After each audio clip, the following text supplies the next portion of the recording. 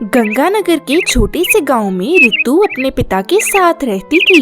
रितु की मां की मृत्यु उसके जन्म के वक्त ही हो जाती है। रितु की अच्छी परवरिश के लिए उसके पिता ने लता से दूसरी शादी कर ली थी। लता बहुत ही लालची किस्म की औरत थी।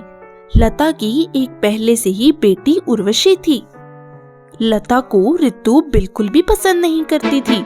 वो बचपन से ही सांवले रंग की थी। रितु के पिता शहर में किसी बड़ी फैक्ट्री में काम करते थे, इसीलिए महीने में एक ही बार वो गांव में रितु से मिलने आते थे। रितु सारा दिन घर का काम करने में लगी रहती और रात को सूखा खाना खाकर और पानी पीकर सो जाती है। ऐसे ही दिन बीतते जाते हैं। एक दिन लता हॉल में बैठकर सोफे पर चाय पी रही थी। उर्वशी बाजार से शॉपिंग करके घर वापस आती है और कहती है, माँ, मैंने आज बाजार में से बहुत ही अच्छी चीज खरीदी है। अच्छा, मेरी प्यारी बेटी ने क्या खरीदा है? ये देखो माँ, मैंने ब्रांड की नई मेकअप किट खरीदी है। अरे, ये तो बहुत ही सुंदर है। और क्या क्या खरीदारी की है मेरी बेटी रानी ने? माँ, मेरे पास जितने पैसे थे मैंने उसकी सिर्फ मेकअप किट ही खरीदी है। 5,000 तो इसी में ही खर्च हो गए।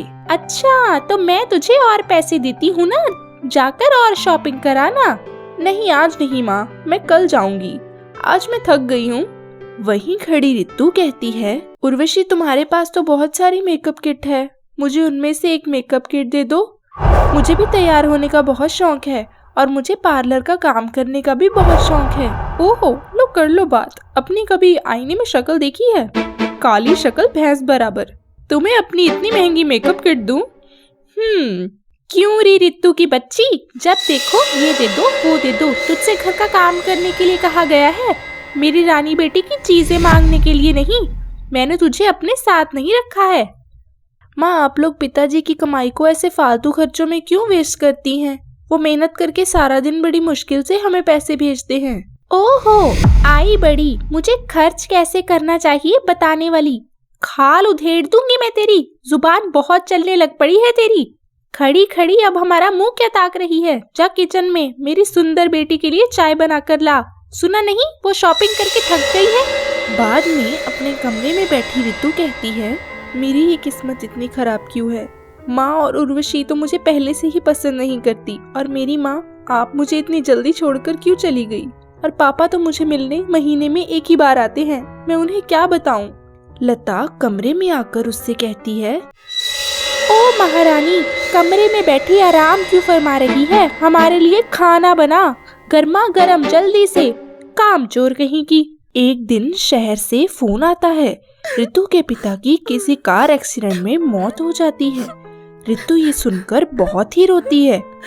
पिताजी, आप मुझे क्यों छोड़कर चले गए? ऐसा क्यों किया आपने? मेरा अब इस दुनिया में और कौन है? रितु के पिताजी उसके नाम कुछ पैसे जमा करवाकर और छोटा सा घर उसी के नाम करवा गए थे। लता और उसकी बेटी को महेश के मरने का कोई गम न था। वो रितु से पैसे और घर अपने नाम करवा लेते हैं और उसे घर से धक्के मारकर बाहर निकाल देते हैं। माँ, आप ये क्या कर रही हैं? मैं भी तो आपकी बेटी हूँ, आप ऐसा कैसे कर सकती हैं? बेटी और तेरे जैसी मेरी बेटी नहीं हो सकती। तेरा बाप मर गया है, अब तू हमारे किस काम की? मनहूस कहीं की। रितु दर दर जाकर मदद मांगती है, पर कोई भी उसकी मदद नहीं करता है। हे भगवान, इस दुनिया में इतने कठोर दिल के इंसान भी होते हैं। जैसे तैसे करके रितु गांव के बाहर लकड़ियां इकट्ठी करके छोटी सी झोपड़ी बनाती है।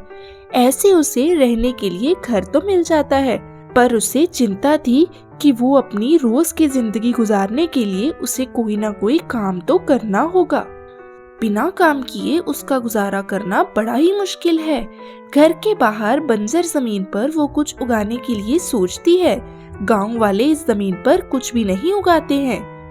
वो जमीन को खोदना शुरू करती है। उस जमीन में से एक जादुई चक्की बाहर आती है। ओह रितु, मैं एक जादुई चक्की हूँ। मैं सिर्फ अच्छे और नेक दिल वालों को ही दिखाई देती हूँ। तुम बहुत ही अच्छी हो, तुम मुझे अपने घर लेकर चलो।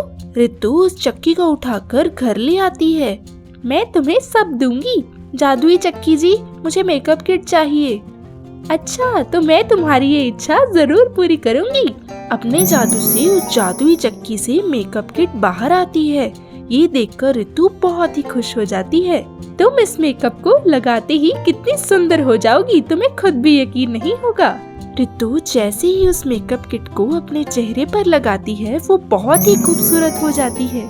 अरे, ये तो सच में मैं हूँ, बहुत ही खूबसूरत हो गई हूँ। ये तो कुछ भी नहीं है। वहाँ जादुई चक्की की मदद से बहुत सारी मेकअप किट आ जाती हैं। ऋतु सोचती है, मैं इसे बाजार में ले जाकर बेचूंगी, मुझे बहुत ही मुनाफा होगा। अगले दिन ऋतु उस मेकअप किट्स को बाजार में बेचती है। उसे खूब पैसे मिलते हैं। उससे वो अपने घर का गुजारा करती है और कुछ पैसे जमा करती है।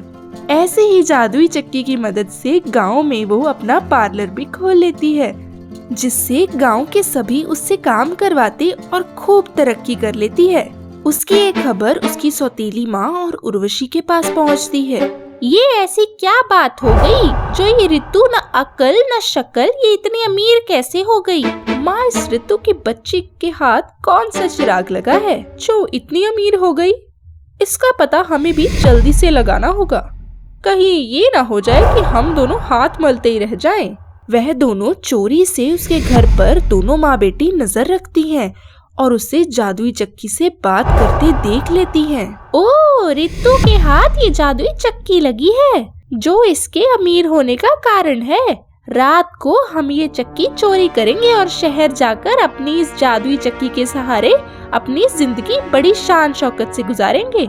रात को ऋतु के सोने के बाद लता वो जादुई चक्की चोरी करके नदी के किनारे पहुंच जाती है। उसकी बेटी नाव पे पहले से ही वहाँ पर होती है। दोनों माँ बेटी चक्की के साथ उस नाव पर सवार हो जाती हैं। धीरे से चक्की का आकार बहुत बढ़ जाता है। हाय, ये क्या हो रहा है? माँ, ये चक्की तो बहुत बड़ी होती जा रही है, ऐसे तो हम डूब जाएंगे। ये कैसी मुसीबत हमने गले लगाई है? देखते ही देखते दोनों पानी में चली जाती हैं। माँ, मुझे बचाओ, मुझे तैरना नहीं आता। माँ, मुझे बचाओ, मुझे तैरना नहीं आता। तेरी माँ को भी कौन सा तैरना आता है? उन दोनों के लालच की वजह से दोनों माँ बेटी पानी में डूबने से मर जाती हैं। उधर ऋतु अपनी जिंदगी बड़े आराम से गुजारती है और खुशी से रहती है।